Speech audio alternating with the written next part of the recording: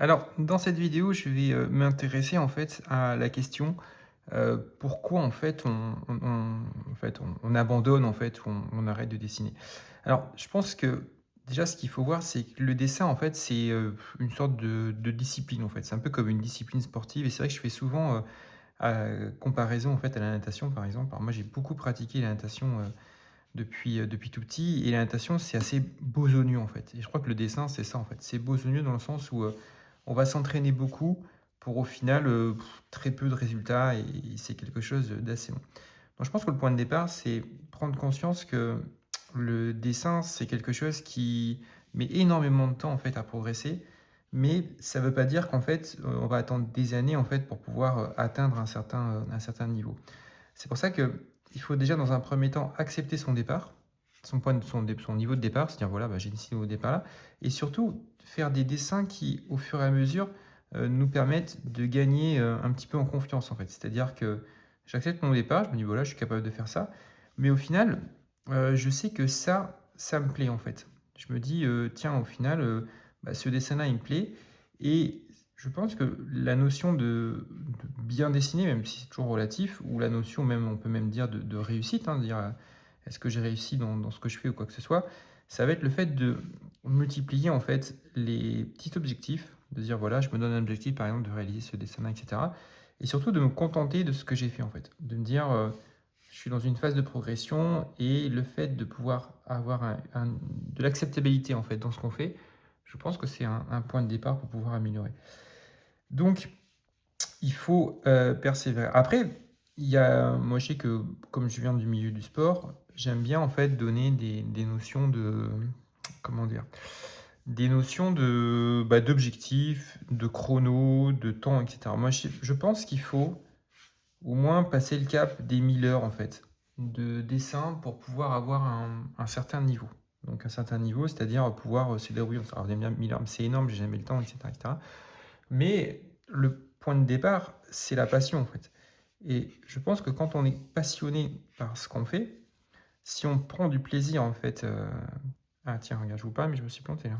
J'aurais dû laisser un espace. Bon, c'est pas grave. Si on prend du plaisir dans ce qu'on fait, ben au final, on voit pas forcément le temps passer, quoi.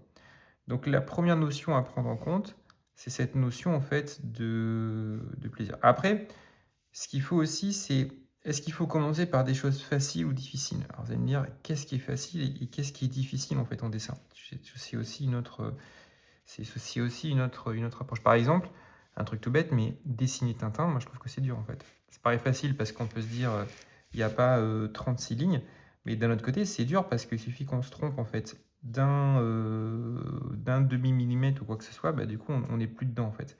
Et un peu comme le visage en fait. Si par exemple vous commencez à apprendre en disant, bah, moi mon objectif c'est d'apprendre par exemple le visage, bah, si demain le visage est très technique, et il suffit en fait d'avoir un trait qui varie légèrement, du coup ça marche plus. Je reviens un petit peu à mon dessin. Des petits croquis comme ça, j'en fais plein en quelques minutes. Je cherche pas à reproduire exactement en fait la photo exacte. Il y a sûrement des petites erreurs, mais c'est pas forcément le but. Même je vois là, du coup, c'est un peu différent. Mais ça fait partie aussi de la façon dont on se dit est-ce que je peux persévérer. Ça, pour moi, c'est mon petit dessin d'échauffement. Je fais cette vidéo, en fait, il est quoi? Il doit être 9h30. Donc, c'est le premier dessin, en fait, que je fais de la journée. Donc, je suis pas forcément chaud. Mais le but, c'est de me dire, bon, au final, je vais faire un truc pas trop mal, qui est certes complètement différent en termes d'émotion de ce que j'ai fait, mais ça m'a permis de m'entraîner. Et le processus, en fait, du dessin, c'est ça, en fait. C'est-à-dire que, en fait, ce qu'il faut voir, c'est que même moi, après des années de pratique de dessin, j'ai toujours le doute en me disant, est-ce que ce que je suis en train de faire, ça va faire un beau dessin ou un mauvais dessin? Et je vous dis ça, en fait, pourquoi? Dans le sens où, alors après, tout dépend, hein. Si vous cherchez à faire des dessins et vous mettez un mois à faire un dessin et vous perfectionnez, etc. Moi, mon but, c'est de faire du, du dessin instantané. Et ce que je veux dire par là, c'est que quand je fais des séances de modèles vivants, par exemple, bah, je sais pas, par exemple, sur 10 dessins, il va y en avoir 2 qui vont être bien, en fait.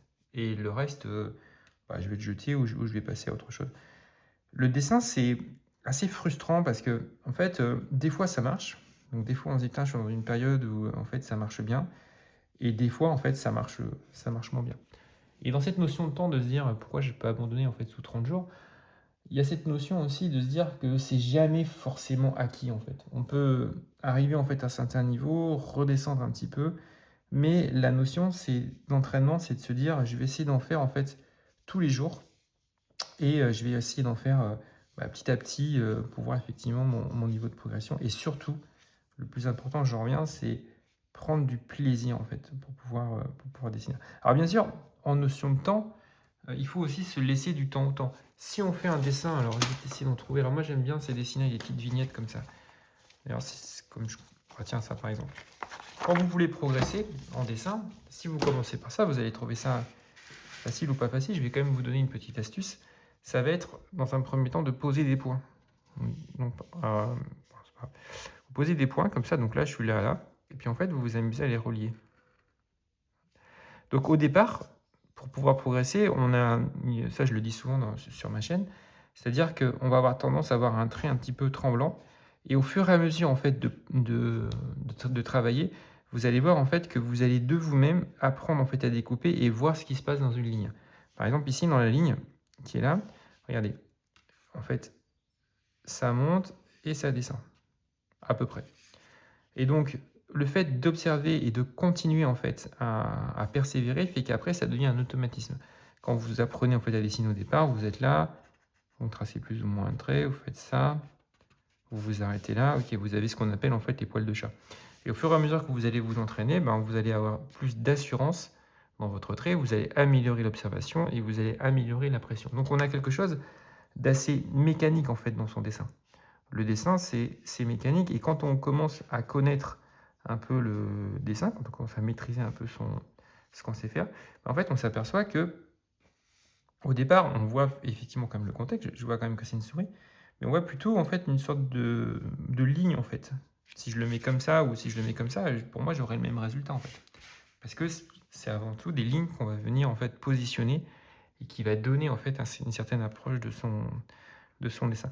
Donc, pour résumer un petit peu cette vidéo sous forme de petits conseils, ça va être effectivement de continuer à s'entraîner parce qu'au fur et à mesure que vous allez vous entraîner, vous allez à la fois prendre confiance, mais à la fois vous allez améliorer ce qui est hyper important, c'est le visuel et la pression en fait.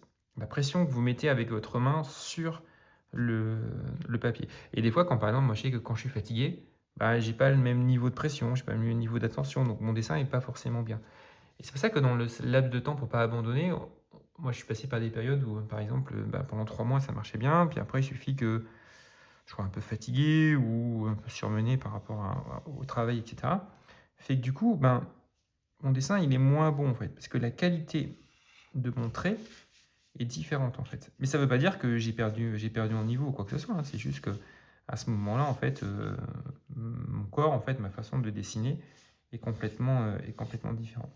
Donc entraînez-vous régulièrement et surtout, je terminerai là-dessus, prenez en fait énormément de plaisir en fait à dessiner parce que le dessin avant tout c'est de la passion. Mais écoutez, merci d'avoir écouté cette vidéo. Vous pouvez effectivement me donner vos avis en commentaire. Et puis si vous souhaitez vous abonner, c'est quand même le top pour moi. Et puis on se revoit à la prochaine vidéo.